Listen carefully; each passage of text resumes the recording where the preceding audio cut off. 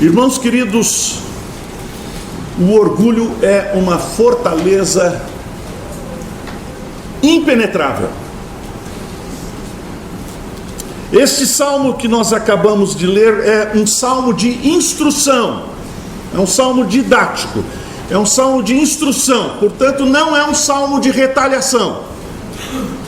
Cantado para ensinar o povo de Deus sobre os princípios eternos da palavra de Deus, sobre este importante assunto, este importante tema que atinge via de regra a todos nós, de tal maneira que nós possamos entender e penetrar também nos segredos da alma humana.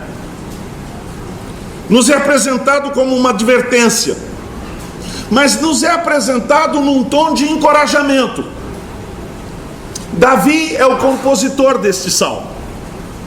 O seu contexto histórico está registrado lá no primeiro livro de Samuel, no capítulo de número 2, quando descreve aquele fatídico momento quando Doeg, o edomita, vai à cidade dos levitas e passa ao fio da espada a família de Abimeleque.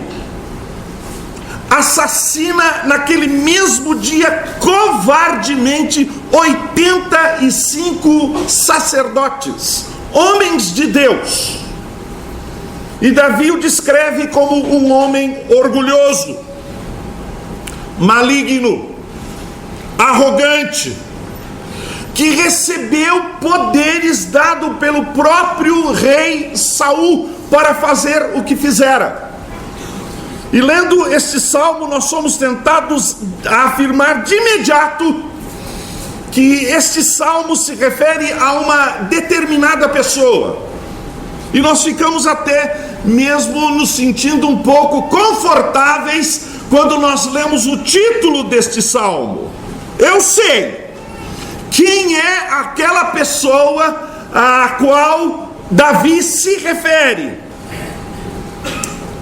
E portanto, meus irmãos, difícil para nós olharmos para estes salmos e vermos verdades neste salmo que se apliquem a nós. Eu vejo, meus irmãos, nesse salmo traços em minha própria vida. Eu vejo o perigo destes sentimentos descritos aqui nos meus próprios caminhos. E por isso eu preciso ser instruído por este salmo.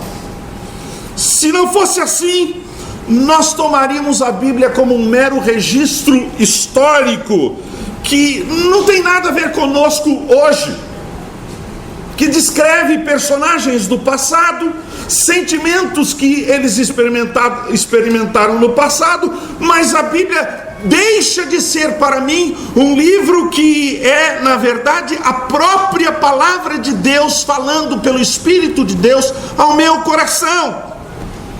O fato é que a Bíblia é a palavra do Deus vivo para o nosso coração aqui e agora. Além disso, meus irmãos, o risco que sempre corremos de imaginarmos que a mensagem de Deus é para o outro. Não sei se passou isso na sua mente já. Fulano de tal precisava estar aqui. Esta mensagem serve direitinho para Beltrano. Mas, meus irmãos, prestem bem atenção, abram bem os seus ouvidos, a sua mente, preparem o seu coração, porque Deus está aqui falando conosco, é para mim a sua palavra. E aqui, meus irmãos, está o testemunho do jactancioso, do orgulho, da ostentação, da soberba. Observe antes de tudo como é descrito o regozijo da ostentação. Davi escreve: porque te glorias na maldade, ó homem poderoso. Então no verso de número 3 ele acrescenta: amas o mal antes que o bem, preferes, questão de preferência, preferes mentir a falar retamente. Aqui se descreve uma pessoa autossuficiente, que se satisfaz em si mesma, absolutamente convencida de que sua independência é virtuosa, é na verdade uma qualidade recomendável, a ponto de se vangloriar nos seus atos maus. Faz o que faz e se orgulha do que faz. É, portanto, a descrição de gente assumida. Veja, este não é uma pessoa que passe desapercebida. Ele, pelos padrões humanos, um homem poderoso, um homem forte, alguém que chama atenção para si. Doeg, o edomita, não é alguém que passe sem ser notado, como se estivesse escondido no meio da multidão. Não, ele sabe como brandir a sua espada. Ele não tem nenhum problema de matar 85 pessoas num só dia e se sentir confiante, confortável. Na verdade, ele faz questão de mostrar serviço ao rei Saul. Ele é, portanto, um homem assumido. Ele é um homem maligno. No entanto, o testemunho completo de sua vida é que ele nem sequer se preocupa com a sua malignidade. Isso é parte, portanto, do seu caráter, parte do qual ele se vangloria, ele se orgulha da sua maldade. Ele, na verdade, buscou esta reputação. Ele quer mesmo que os outros homens o temam. Ele prefere ser temido do que respeitado. Pense, meus irmãos, um pouco comigo. Existem pessoas assim, como está descrito neste salmo. Mas o que está sendo descrito aqui é, na verdade, a descrição de uma cultura, de gente que se orgulha de ser o que é. Multidões que literalmente preferem a impiedade e repudiam a vida de justiça. E, irmãos, este tipo está por toda parte. Homens e mulheres cheios de orgulho, que clamam, que na verdade lutam, agem diligentemente, de tal maneira a estabelecerem-se, firmarem-se e afirmarem-se, de tal maneira a serem dirigidos e sigam pelas veredas do seu orgulho, deste orgulho pessoal. Nós temos uma tendência, meus irmãos, de nos orgulharmos do nosso orgulho. Os conceitos de humildade não fazem parte da nossa agenda. O orgulho é virtuoso. A jactância é recomendável. O vangloriar-se é parte de nossa autoafirmação. Porque, na verdade, meus irmãos, os seres humanos, via de regra, se alegram naquilo que Deus despreza. Essas pessoas são descritas aqui por sua insensibilidade, a ponto do rei Davi perguntar perplexo: por que fazes isto? Não entendes que o fiel amor de Deus dura para sempre? Isto nos faz lembrar a recomendação das Escrituras: não temas por causa dos malfeitores, não se afaste do caminho da humildade ao ver o orgulho e a ostentação das pessoas. Não fique espantado por causa de sua impiedade. Lembre-se que o amor de Deus dura para sempre. E aqui, meus irmãos, é a palavra de Deus para cada um de nós hoje. No entanto, cuidado, pois o orgulho e a ostentação, via de regra, apelam para os interesses dos crentes. Leia o Salmo de número 73 e você vai ver isto. Especialmente quando nós vemos pessoas prosperando ao nosso derredor, fazem o que fazem e se sentem extremamente confiantes e realizados. Parece que quando olhamos para esse tipo de pessoa que está ao nosso derredor, eles sim é que gozam a vida, enquanto o crente luta e as suas apreensões não se aplacam. E nós começamos a invejar o orgulhoso. E o orgulhoso parece aos nossos olhos seguro de si. Parece que ele vive regaladamente.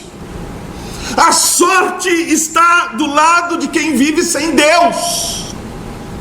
Esse tipo de gente é gente alegre. Vivem aos sorrisos.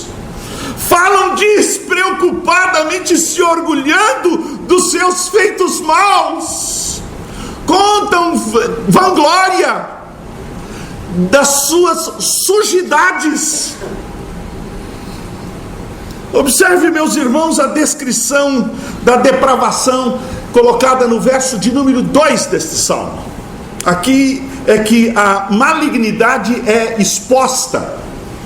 É como o orgulhoso se expressa. O orgulhoso se expressa no discurso. O orgulhoso é falastrão.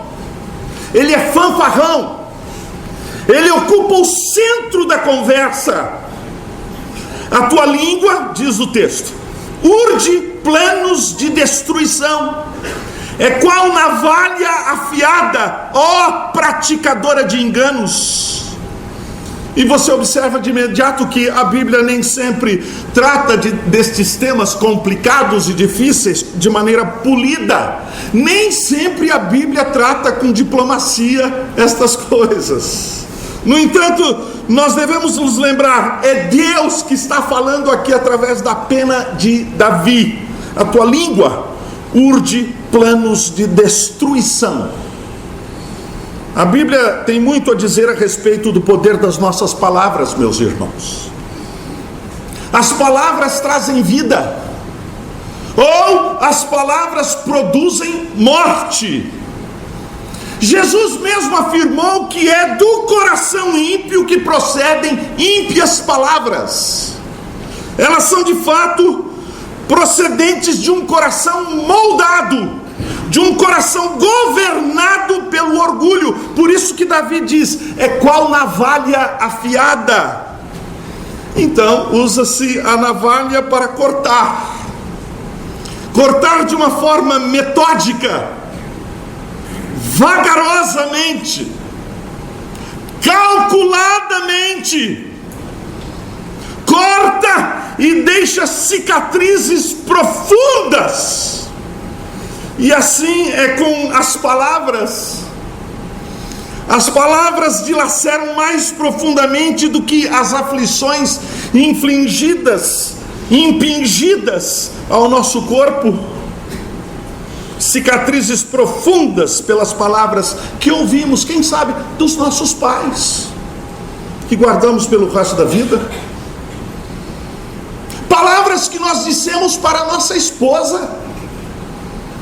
Palavras que nós ouvimos daqueles que nos cercam e que machucam, ferem a alma, cortam fundo. Não somente cortam, destroem. Mas Davi também descreve estas palavras como palavras enganadoras. Afirma, em essência, que o homem orgulhoso é fundamentalmente um mentiroso. As palavras do orgulho manifestam, portanto, esta depravação. Irmãos, eu quero lhes dizer que se há uma área em nossa vida que nós precisamos manter sob estrito controle de Deus, é a nossa língua. Eu sei em minha própria vida que as palavras têm sido para mim de grande benefício. Palavras de encorajamento, palavras de estímulo, palavras de alerta. Mas as palavras de minha boca têm sido também as minhas piores e maiores inimigas. Portanto, meus irmãos, cuidemos do nosso lábio. A evidência do nosso orgulho é vista em nossas palavras, ou melhor, ouvida em nossas palavras. No verso de número 4, Davi afirma o seguinte: amas todas as palavras devoradoras, ó língua fraudulenta. É necessário, meus irmãos, entendermos que as palavras não são moralmente neutras. As palavras produzem vida ou promovem a morte. As palavras servem para edificar ou as palavras servem para derrubar. Não poucas as vezes nós somos chamados para derrubar erros, para derrubar enganos. Somos chamados para confrontar, para expor. Mas, meus irmãos, mesmo fazendo isto, há uma maneira própria de se fazer. Mas o jactancioso, o orgulhoso, o pretensioso, o soberbo, não se importa. Eu sou daqueles que falo mesmo. Não me importo com o que os outros vão pensar, o que as minhas palavras vão causar. O orgulhoso não se importa com o que vai causar com as suas palavras, sem se importar. Palavras que saem de forma fácil e que matam, destroem, aniquilam. Certamente esta palavra nua e crua não está aqui, quem sabe, para descrever você. Aqui está descrito um caso extremo. Se voltarmos no tempo, nós encontraremos este caso radical. É o caso descrito na vida e apresentado na vida de Doeg. Você olha para este homem e diz: este homem não sou eu. Mas, meus irmãos, prestem bem atenção, a Bíblia não foi escrita para Doeg. Por isso eu lhe digo, cuidado para que esta não seja a descrição da sua vida.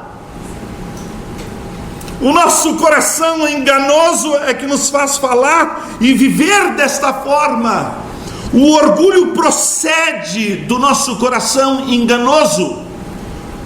Portanto, ore a Deus para que o poder do Espírito Santo opere no seu coração e transforme a cada instante a sua vida e transforme o seu coração, que haverá de transformar a sua língua, para que da sua boca procedam palavras de vida e não de morte. O pecado do orgulho tem consequências trágicas, tais como são apresentadas no verso de número 5 e no verso de número 6 deste impressionante salmo. O orgulhoso, a jactanciosa, jamais poderiam imaginar as consequências. A Bíblia trata a vida tal como ela efetivamente é. O pecado traz trágicas consequências. O salmista diz: também Deus te destruirá para sempre.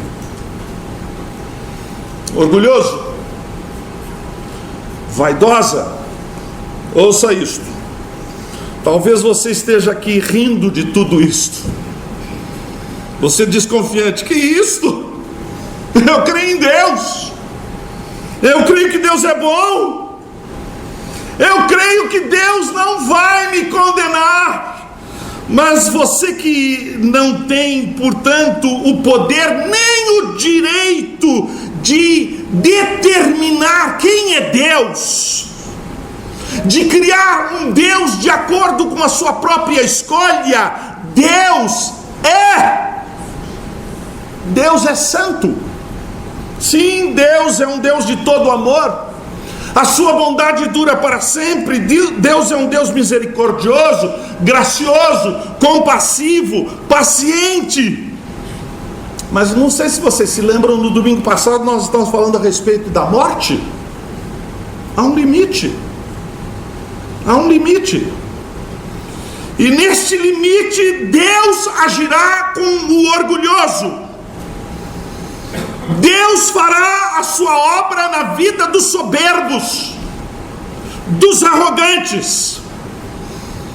Também Deus, diz o versículo 5, também Deus te destruirá para sempre. Mas meus irmãos e irmãs queridos, nós não precisamos ser este. O limite de Deus, e eu estou observando aqui claramente, o limite de Deus ainda não chegou para você. Não vejo nenhum cadáver aqui. Graças a Deus. E eu creio que aquela parte orgulhosa, portanto, da minha vida, Deus haverá de quebrá-la. Ele já tem libertado a minha alma, mas Ele certamente ainda haverá de nos santificar. E hoje Deus está mexendo, Ele está tocando com o seu orgulho, com a sua soberba. O fato é que o orgulhoso jamais tem ideia do seu destino.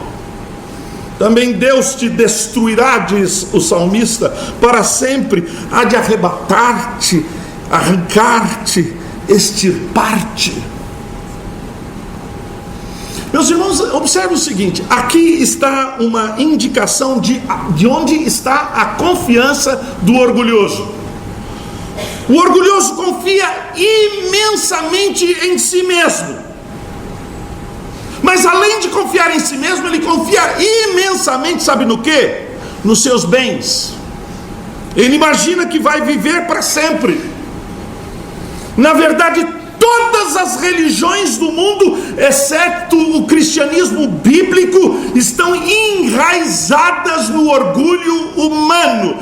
Todas elas têm algo em comum, e o ponto em comum é este: subestimam a santidade de Deus pelo seu orgulho e superestimam a santidade do homem por seu orgulho. E por isso a colisão destes dois mundos. Uma religião baseada no orgulho pessoal antagoniza a crença no Deus de toda graça. Crença esta baseada no relacionamento do homem para com Deus, estabelecido na humildade. O orgulhoso não crê neste evangelho. Seu orgulho não o deixa ver que Deus possa, olhando para o seu próprio status, para a sua importância, Deus não faria isto com uma pessoa tão importante como eu. Deus jamais vai me arrebatar. Deus jamais vai me arrancar da minha casa. Deus jamais me extirpará da terra dos viventes. Mas a Bíblia diz: Deus o fará. Os justos verão o orgulhoso ser arrebatado, arrancado, extirpado. Os justos verão tudo isto e temerão. E eu digo, meus irmãos, que aqui está um sintoma da humildade dos justos. A essência disto é que quando nós virmos o julgamento aplicado, nós ficamos imaginando que aquele mesmo julgamento poderia cair sobre mim, sobre você. Merecemos da mesma forma condenação. Nós não temos o direito de nos alegrar na condenação de ninguém. visto que nós fomos salvos da mesma condenação, ou fomos meramente pela graça de Deus. Mas, meus irmãos, o que quer dizer isto? Os justos hão de ver tudo isto, temerão e se rirão dele. Parece que aqui há algo contraditório. Ouçam, você não encontra em qualquer parte da Bíblia que nós sejamos encorajados a ridicularizar, rir daqueles que estão sendo julgados. Mas preste bem atenção. Há algo que o coração do justo clama. Nós clamamos por justiça. E quando a justiça de Deus é feita, o crente que até então era oprimido pelo soberbo, agora livre do soberbo, encontra ocasião, por causa da sua liberdade agora, encontra ocasião para se alegrar, porque o orgulhoso oprime, o orgulhoso detrata, o orgulhoso mata com palavras, e agora você está livre desta opressão, e porque a justiça de Deus foi plenamente satisfeita. Meus irmãos, há uma verdade assombrosa sobre a soberba revelada no verso de número 7. O orgulho controla a vontade. O soberbo faz o que faz porque ele se preocupa simplesmente consigo mesmo. O seu coração está controlado pelo orgulho. Ele imagina que suas necessidades são mais importantes do que as necessidades dos outros. O que ele quer é mais importante do que os outros querem. O soberbo diz pelas suas atitudes e algumas vezes até mesmo pelas suas palavras. Certamente você vai entender que eu sou mais importante do que você. Já viu gente assim ao seu derredor? Nariz empinado assim, aquele olhar altivo. Estão dizendo em outras palavras, você certamente vai entender que eu sou mais importante do que você. Se o orgulhoso soberbo não diz isto, ele espera que a gente imagine. Temos a tola imaginação de que aqui nós estamos descrevendo Doeg. E por esta razão nós nos sentimos confortáveis. Esse salmo não o coloca na berlinda. Será? Você poderia ver traços desta personalidade soberba em você? Irei eu me curvar diante de Deus e reconhecer que Ele é maior do que eu? Ou eu viverei minha própria vida independente dEle? Eu serei o meu protetor? Eu serei o meu provedor? Não é que eu seja contra Deus, mas eu busco ardentemente viver uma forma independente, sem carecer de quem quer que seja. Vivo crendo em Deus, mas eu quero ser independente de Deus. Orgulho basicamente é o desejo incontrolável, secreto em nossa alma de vivermos independentemente de quem quer que seja, e especialmente de Deus, dos seus caminhos, da sua palavra, da sua sabedoria. E quando isto acontece, toda a vida é controlada por este conceito. O orgulho define as prioridades humanas, não somente o deixar de fazer de Deus o seu refúgio, mas confiar na abundância das suas riquezas por outro lado. As Escrituras nos lembram constantemente a termos cautela quanto aos bens materiais. Lembre-se, ser rico, os bens materiais em geral, não são morais nem imorais. As riquezas simplesmente diagnosticam e revelam o tipo de coração que nós já tínhamos. Não são poucas as vezes que a riqueza se torna uma maldição. Alguém que recebe de Deus a bênção da riqueza, mas que não sabe lidar com ela. Você conhece alguém que ficou rico e mudou de atitude? As prioridades da vida desta pessoa mudaram. Antes esta pessoa era pobre e humilde, mas agora, eu quero lhes dizer a alguns de nós, que pela graça de Deus, Deus jamais permitirá que sejamos ricos. Pela graça, Deus nos ama, Ele não vai deixar você ficar rico, porque Ele te ama. Sabe por quê? Porque nós não saberíamos lidar com as riquezas. Deus assim o faz porque Ele nos ama. Outras vezes, Deus tira todas as riquezas da gente para fazer com que você adquira a verdadeira riqueza, a riqueza da humildade. Outras vezes Deus o torna rico simplesmente para mostrar a você o desgosto de Deus. Deus o amaldiçoa com riquezas. Você conhece alguém que ficou rico e agora tem dinheiro bastante para comprar uma casa de campo e não vem mais à igreja? Trocou a bênção do culto pela piscina da sua chácara. Riquezas que tornaram-se em maldição. Veja, meus irmãos, o que a Bíblia diz a respeito da atitude correta quanto às riquezas. É o escritor dos Provérbios que diz: afasta de mim a falsidade e a mentira, não me des nem a pobreza nem a riqueza, dá-me o pão que me for necessário, para não suceder que estando eu farto te negue e diga: quem é o Senhor? Ou que empobrecido venha a furtar e profane o nome de Deus. E se Deus lhe der riquezas materiais,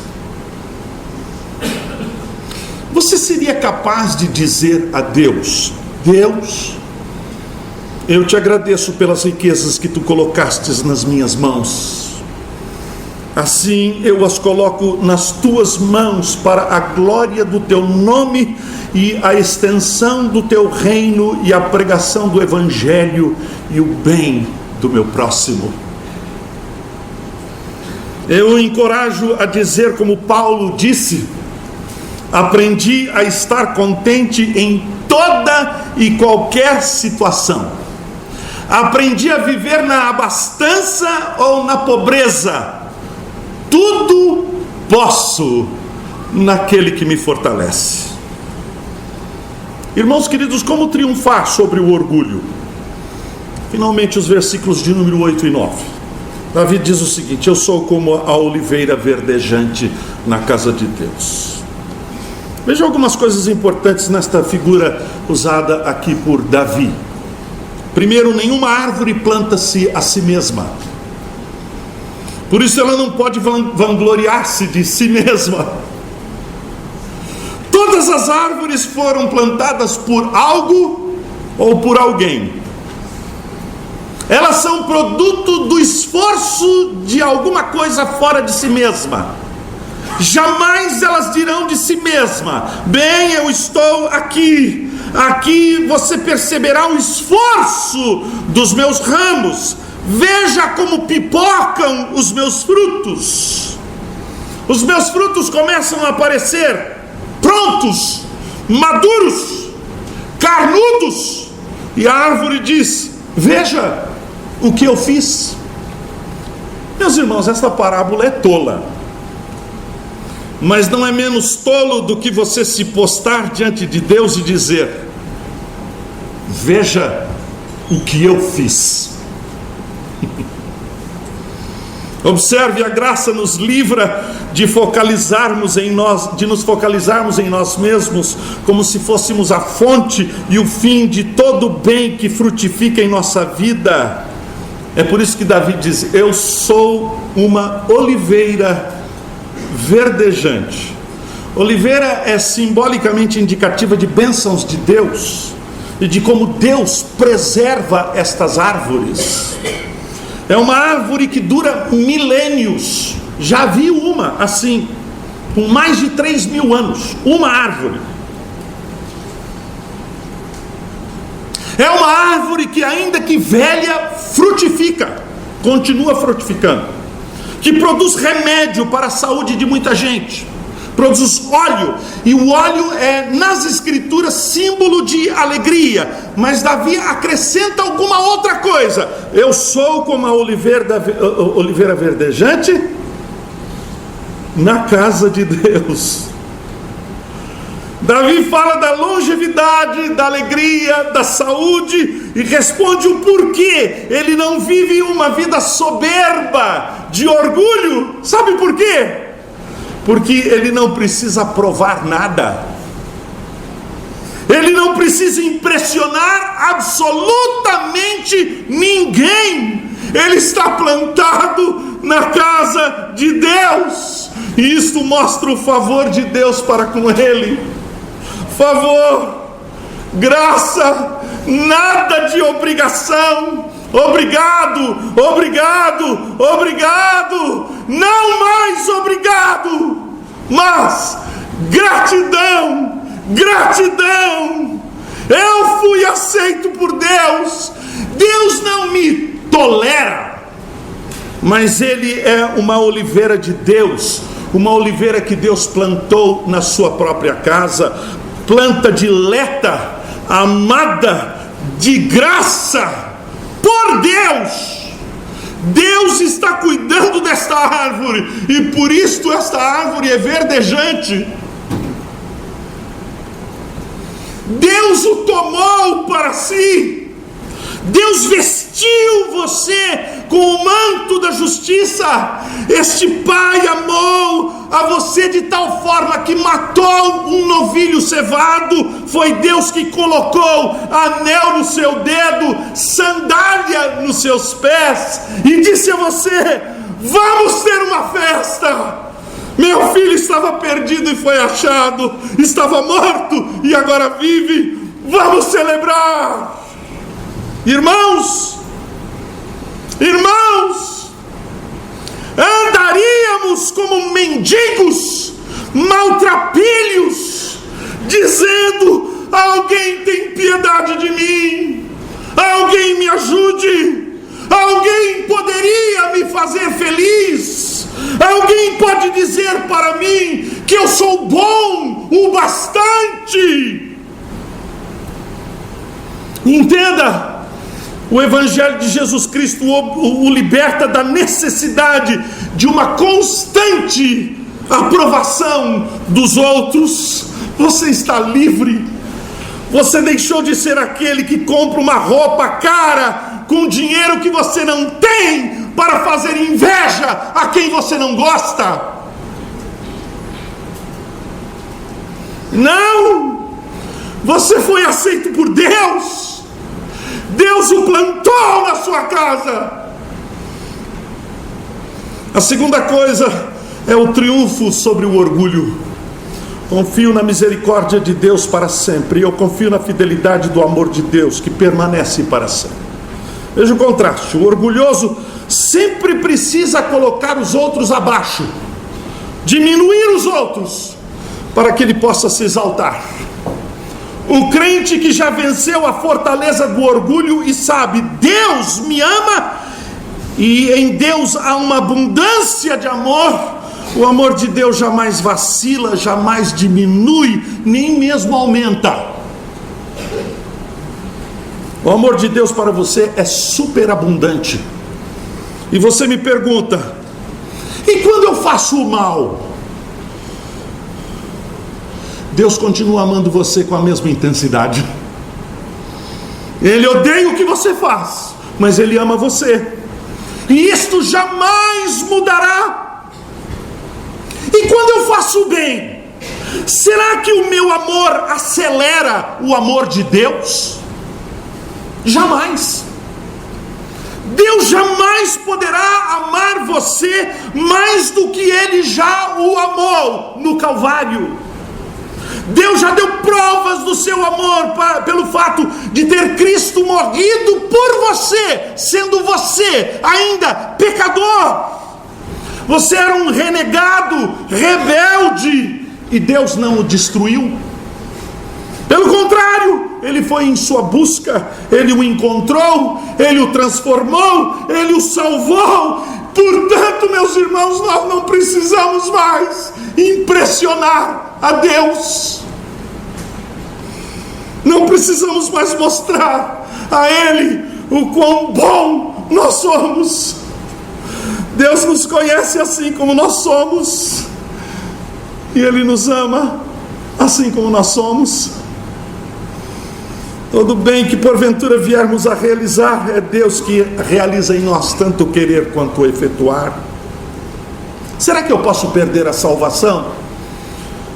Não, porque Ele está dizendo: aquele que o Pai me der, este virá a mim, e aquele que vier a mim, de maneira nenhuma o lançarei fora. Deus está dizendo: tu és meu, para mim eu o tomei, dar-te-ei graças para sempre, porque assim o fizeste. Eu não preciso merecer nada, eu não preciso mais dizer obrigado, não mais obrigado, visto que tudo é expressão da graça de Deus. Portanto, eu não preciso pagar nada, de graça, sem preço. Minha oração agora será esta: dar-te-ei graças para sempre. Graça, graça, graça. Irmãos, abandonem todas as suas roupas que você veste para impressionar, e vista a partir de agora o manto da justiça. Se você imagina que se entregar a Cristo, você mostrará a sua dependência, e mostrando a sua dependência você estará perdido, eu quero dizer para você o seguinte: que você já está perdido. É por isso que você precisa de um Salvador. Veja o epílogo, o final. Diz assim: dar-te-ei graças para sempre, porque assim o fizeste, na presença dos teus fiéis. Esperarei no teu nome, porque é bom. Você sabia disso? Que o epílogo você está vivendo aqui e agora, na presença dos fiéis. Nós estamos vivendo o epílogo na presença dos fiéis, porque o Evangelho de Jesus Cristo me afasta do orgulho.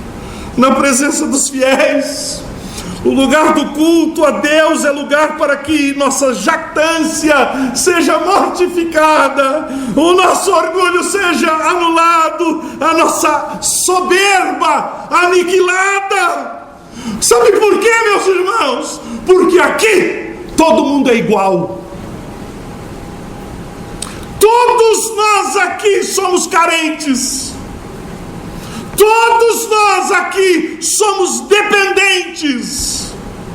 Não há nenhum sequer que possa dizer: não sou pecador. Todos são pecadores. No entanto, todos aqui podem dizer: sou salvo pela graça.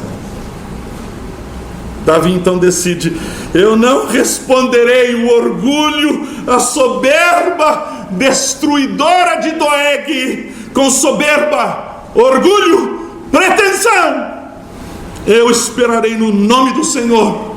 A sua graça, a graça de Deus é a minha graça. Soberba é para quem precisa provar algo. Redimidos não tem que provar nada. Alguém já foi provado em nosso lugar. Nós não somos salvos pela graça. Vamos ficar de pé, meus irmãos.